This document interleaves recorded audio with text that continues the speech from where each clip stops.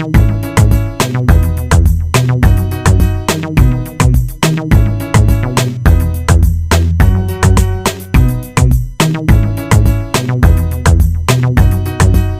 fait, dans cette manifestation scientifique dédiée à la promotion de la recherche et de l'innovation, l'édition 2017, j'ai présenté un article que j'ai publié dans la revue Atomic Data and Nuclear Data Tables.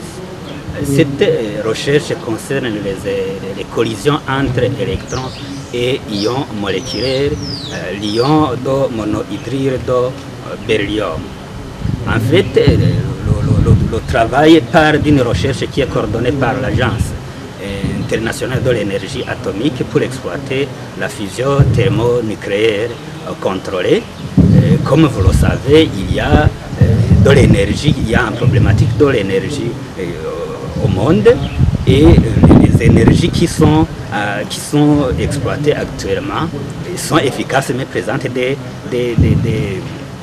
effets nocifs. C'est l'exemple de la pollution qui est due au rejet de gaz dans les usines d'extraction et de raffinage du pétrole, mais aussi les gaz qui sont émis par les centrales nucléaires qui sont exploitées actuellement. Il y a aussi le risque d'accidents nucléaires. Souvenez-vous de Tchernobyl et de Fukushima. Et donc il y a une alternative qui est à exploiter, qui est envisagée, c'est de domestiquer l'énergie qui est produite au niveau du Soleil. Cette énergie est produite par la fusion thermonucléaire.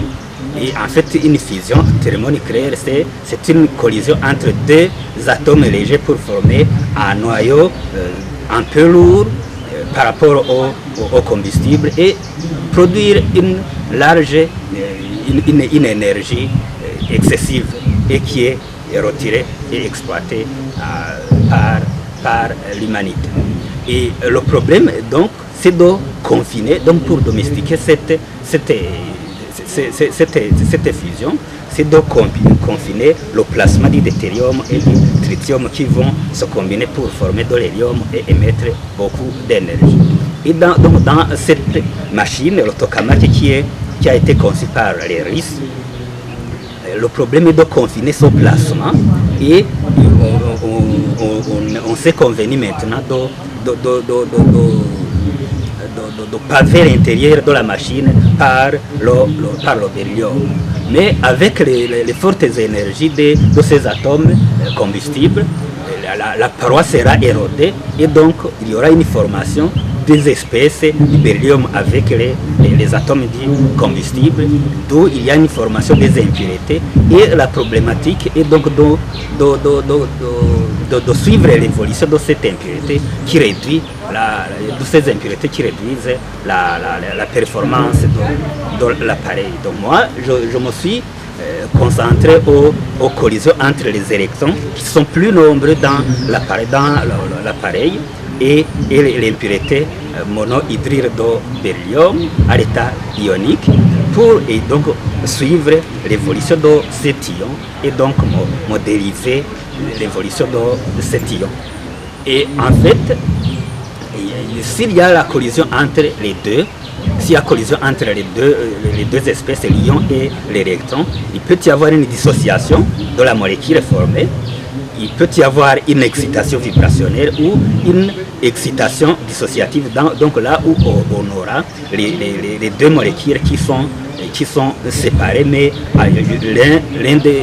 les deux atomes qui sont séparés, mais avec à haute énergie bien sûr, l'un des atomes qui est ionisé. Ça c'est à haute énergie. Donc dans cet article que j'ai publié, j'ai considéré les basses énergies et les résultats.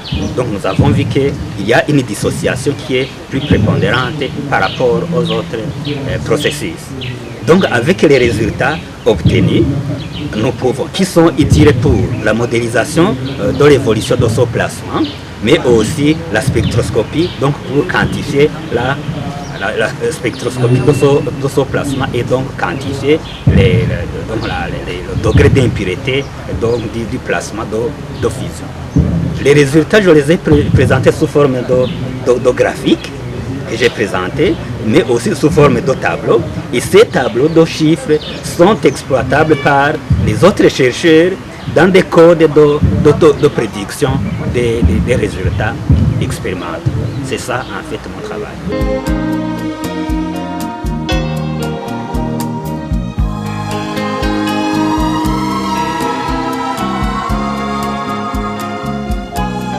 J'ai fait des travaux de recherche liés à la récupération et à la séparation simultanée du lithium et du bore à partir des eaux thermales en utilisant des méthodes électrodialectiques avec des membranes bipolaires. Et après cela, j'ai fait aussi une production de l'eau ultra pure en utilisant bien évidemment aussi des membranes, des systèmes, des procédés, si vous voulez, électromembranaires, mais cette fois-ci avec une intégration des résines échangeuses d'ions qui constitue un procédé qu'on appelle d'électroionisation. En principe, pour la première partie, l'objectif était de séparer et le bore et le lithium simultanément avec des systèmes et des procédés électromembranaires mais bipolaires. Et à ce moment, on a pris le principe pour pouvoir tout au moins séparer le lithium à partir des eaux thermales, en considérant que l'eau thermale pouvait contenir bien évidemment du lithium et du bore à la fois. Après cela, on a essayer de tester différents systèmes pour pouvoir effectivement évaluer l'efficacité au niveau de la récupération ainsi que la séparation de ces éléments. Il est arrivé que à ce moment, on a vu que tous les systèmes qu'on a utilisés, on a utilisé 3 systèmes différents avec bien évidemment le même principe en fonction du procédé. Et tous les systèmes ont abouti à une séparation et à une récupération effective du lithium et du bore. Mais il est advenu que chaque système constitue ces conditions opérationnelles pour atteindre l'objectif à une séparation et à une récupération maximale. Et on a constaté qu'en fait, ce qui fait différer ces systèmes, c'est au niveau du design, mais aussi les membranes qui sont intégrées dans le système lui-même. Mais sinon, tous les procédés, chaque procédé dans ces conditions optimales peut bien évidemment séparer à la fois le lithium et le bore et le récupérer, puisque à un certain moment, le lithium et le bore étant des éléments qui sont utilisés dans telle ou telle autre industrie, on peut bien évidemment voir comment on peut valoriser ces éléments en les extrayant à partir de l'eau, des solutions aqueuses si vous voulez, en utilisant ce procédé d'électrodialyse à membrane bipolaire. Ce qui concerne la deuxième partie, je vous avais dit que c'était la production de l'eau ultra pure à partir, bien évidemment, des perméates d'osmose inverse à partir de l'eau géothermale aussi. L'osmose inverse était considérée comme une méthode de pré-traitement pour ne pas surcharger le procédé électrodéionisation.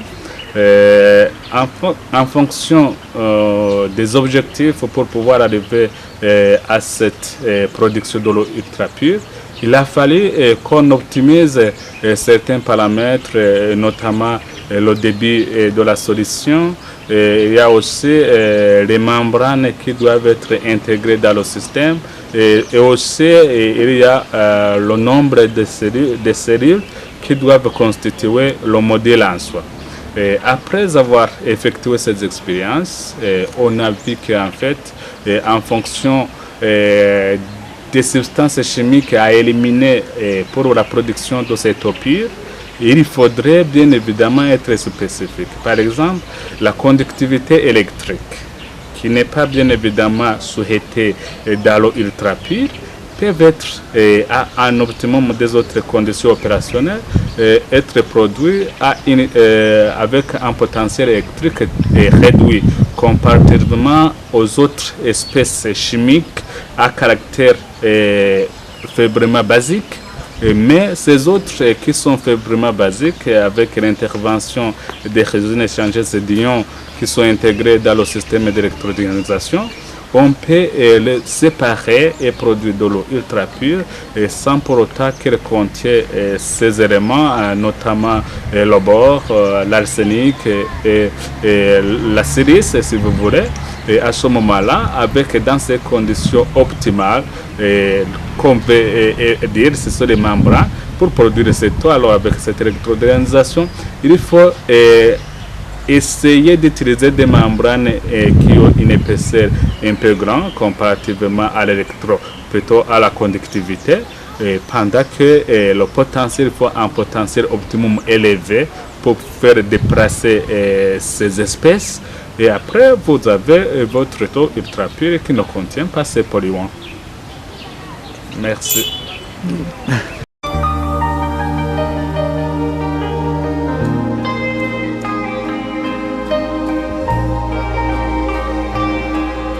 J'ai travaillé sur la physique statistique, spécialement sur les modèles de spin. Et ça consistait en fait dans un réseau à détruire les nœuds les plus importants. Et qu'est-ce qu'un réseau? Un réseau est formé par deux nœuds qui sont connectés entre eux. Et tout système peut être modélisé par un réseau. Je donne un exemple. Si on considère l'Internet, où il y a des ordinateurs qui sont connectés entre eux, l'ordinateur sera considéré comme un nœud dans un réseau et les connexions qui existent entre des ordinateurs seront considérées comme des arêtes dans le nœud. Si on considère les réseaux sociaux comme Facebook, c'est que quelqu'un qui a un compte sur Facebook est considéré comme un nœud dans son réseau de Facebook. Et lorsque deux personnes sont connectées entre eux, c'est une connexion qui existe entre deux nœuds qui sont ces deux nœuds sont considérés comme des personnes qui ont des comptes dans Facebook. Et si on considère par exemple dans le système biologique des protéines qui se trouvent dans la même cellule, des protéines qui se retrouveraient dans la même cellule sont considérées comme deux nœuds qui sont connectés. Alors notre travail consistait dans un réseau quelconque à détruire les nœuds qui sont plus importants. Nous avons adopté le principe de détruire d'abord les cercles qui se trouvent dans un nœud et après avoir détruit les cercles, essayer à transformer l'arbre qu'on a en arbre C. C'est un graphe qui n'a pas de cercle, c'est-à-dire c'est quand on a enlevé tous les cercles dans un réseau, ce qui reste c'est un arbre. Alors notre travail consistait à détruire les arbres pour que ce soit très très petit. Alors le travail, quelle application de ce genre de travail? Considérons par exemple qu'on a un réseau routier. Nous avons travaillé sur les réseaux routiers de l'Union européenne où les villes sont connectées entre elles, c'est-à-dire qu'il y a une route qui joint les deux villes. Alors quelles sont les routes qu'il faut bloquer pour empêcher la circulation par exemple dans ce réseau routier de l'Union européenne? Alors nous avons utilisé les méthodes de la physique statistique qui consiste à établir un réseau qui est formé par des spins. Et les spins sont normalement orientés de haut en bas. Mais dans notre modèle de spin, les spins sont orientés de façon aléatoire. Alors notre problème consistait à minimiser l'énergie qu'il faut utiliser pour détruire ce genre de réseau. Alors nous avons développé un algorithme qui a parvenu à être le meilleur jusqu'à maintenant. Il y a d'autres chercheurs américains qui avaient développé un autre algorithme. Mais notre algorithme s'est avéré plus important dans la mesure où ça pouvait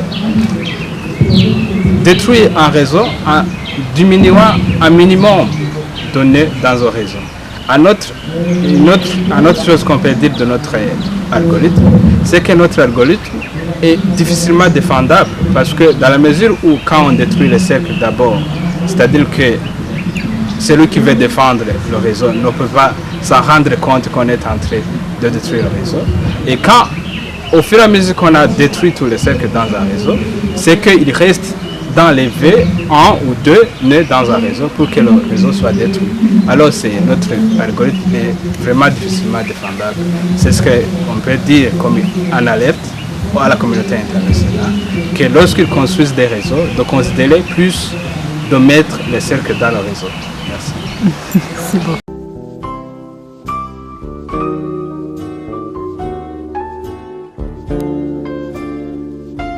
C'est un article qui a été déjà publié, qui s'appelle Ce que Melchior travaille maintenant dans l'enseignement secondaire. Nous avons effectué un travail à l'IPA intitulé Analyse statistique des données des valeurs moyennes de la vitesse relative du vent en quelques stations de Burundi. La question c'était quoi?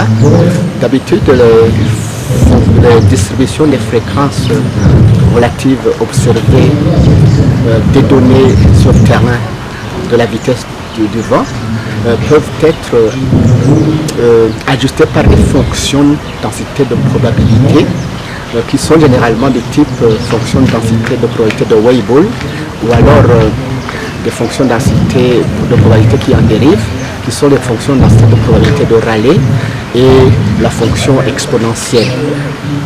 Mais qu'est-ce qu'on remarque? On remarque qu'avec ces fonctions-là, les fréquences relatives du vent pour des vitesses proches de 0 ou égales à 0, ces fréquences sont très mal ajustées par ce type de fonction-là, Weibull et Rayleigh et même exponentielle.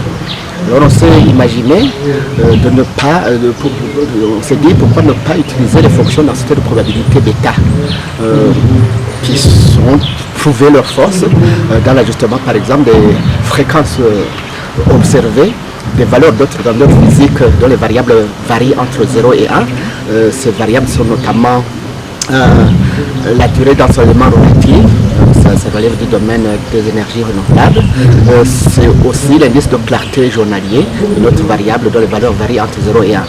Alors on a essayé, on a fait les ajustements nécessaires, on a trouvé que avec à l'appui des tests statistiques très simples, comme le test de la valeur moyenne entre les écarts, plutôt des écarts entre valeurs calculées et valeurs mesurées, le test de l'écart quadratique moyen, le test de T de student, on a trouvé que ça marche très bien et que même pour des valeurs de la vitesse du vent proche de 0 égale à 0, les ajustements sont parfaits. C'est en gros ça le travail qu'on a fait avec Melchior Ouseke. Merci beaucoup.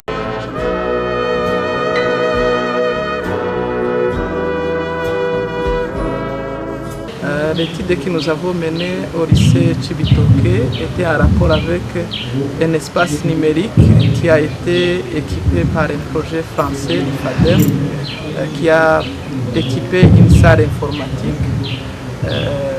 Et nous, ce qui nous intéressait, c'était de savoir comment cette salle est utilisée actuellement après le projet, mais surtout de pouvoir partir de réalités de terrain afin de pouvoir utiliser cette salle dans l'amélioration de la qualité de l'enseignement des sciences.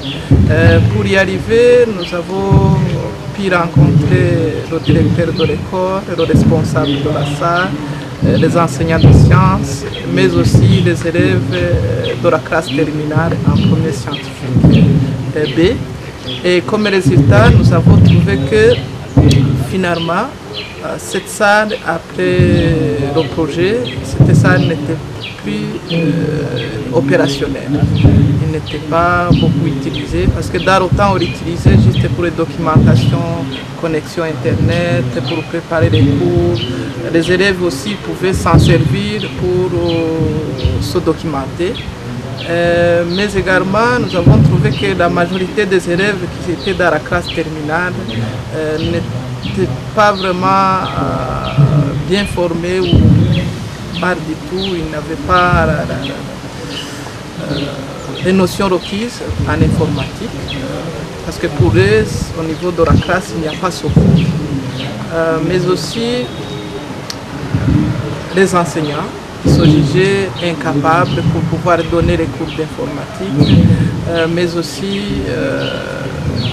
ils réclamaient de pouvoir avoir des formations continues en informatique et d'aura aussi les aider à utiliser les TIC dans l'enseignement des sciences. Nous, ce qu'on a vu, c'est que cette salle est une grande richesse pour l'école et pouvait servir dans l'enseignement des sciences.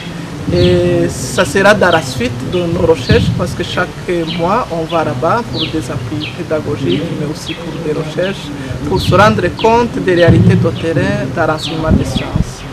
Mais aussi pour les autres directeurs qui ont eu cette chance d'avoir des équipements informatiques, qui puissent être informés, qu'ils ont une richesse qu'ils peuvent valoriser pour améliorer la qualité de l'enseignement des sciences. Et nous, en tant que centre de recherche qui s'occupe de la didactique, mais aussi de la diffusion, nous leur promettons d'être de leur côté pour leur montrer des méthodologies nouvelles qu'ils peuvent utiliser pour valoriser ces outils.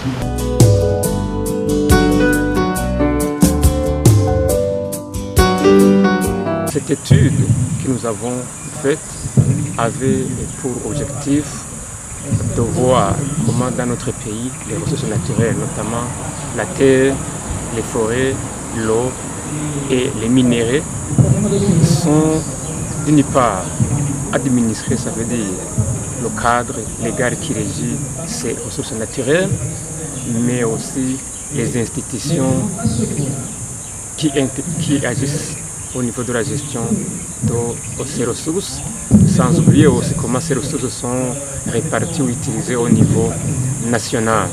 Alors le constat a été que le Burundi est parmi les premiers pays de la région est-africaine et ouest-africaine à se doter d'un code de l'environnement, plutôt d'un code foncier qui date de 1986.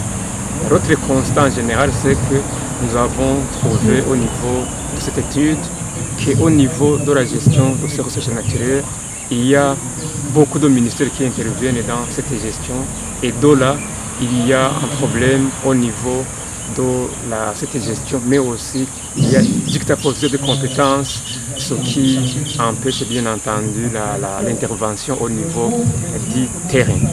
Et au niveau alors de l'utilisation, on a vu par exemple que l'eau, alors que notre pays regorge d'importantes ressources à nous, l'eau n'est pas utilisée pour le développement socio-économique de notre pays, parce qu'on a vu que réellement le gros de l'eau est utilisé au niveau de l'agriculture. Et là aussi, ce n'est pas l'eau que nous trouvons dans les rivières ou les marais ou les lacs, c'est souvent l'eau pluviale, ce qui est vraiment un problème énorme. Et au niveau des minéraux, on s'est rendu compte que le Burundi avait doté de notre sous-sol beaucoup de minéraux, mais malheureusement ces minéraux sont inégalement répartis sur le territoire national. Et à partir de répartition, on a trouvé aussi que pour que ces minéraux contribuent au développement socio-économique du pays, il y a un problème parce que le moment où cette étude était faite, il n'y avait pas vraiment une exploitation de type industriel. Même l'exploitation qui était à ce niveau était une exploitation presque artisanale. Heureusement qu'actuellement, on observe une exploitation industrielle au sens propre du terme. Et au niveau de la ressource forestière, le constat a été qu'avec la politique forestière de, je pense, 1996, je ne me rappelle pas, on avait vu que réellement il fallait augmenter le couvert végétal d'à peu près 12%. Cela dans le but de minimiser la pression sur les ressources naturelles et forestières, mais aussi les réserves naturelles. Et on avait vu que sur les années de 5 ans, il y avait quand même des améliorations, parce que là aussi, on voulait privilégier surtout aussi l'agroforesterie. Alors, d'une manière générale, pour conclure, comme nous sommes dans le cadre universitaire et que cette étude avait été menée justement sous l'initiative d'un centre de recherche sur les terres et l'urbanisation au niveau de l'université de Nairobi au Kenya, nous avons vu que dans notre université, il y a beaucoup de facultés ou instituts dans lesquels les programmes ont une relation avec la problématique foncière et des ressources naturelles. Et il a été recommandé que les responsables de notre université devraient faire un effort particulier pour que aussi dans notre université il y ait une faculté qui soit réellement dotée de compétences pour la formation de tout ce qui a rapport avec les questions foncières et des ressources naturelles.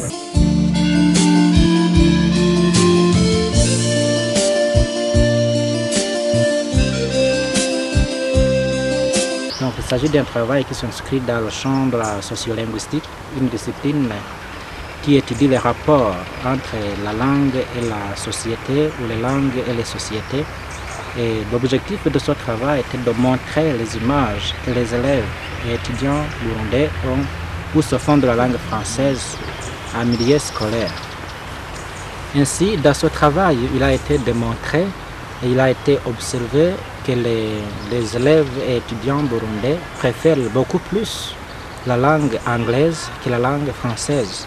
Et le français, donc, au Burundi, connaît un avenir qui n'est pas du tout meilleur, où plus de 60% des enseignants affirment que l'avenir du français est en danger, de même que plus de 62% des apprenants qui préfèrent le français, l'anglais, pardon.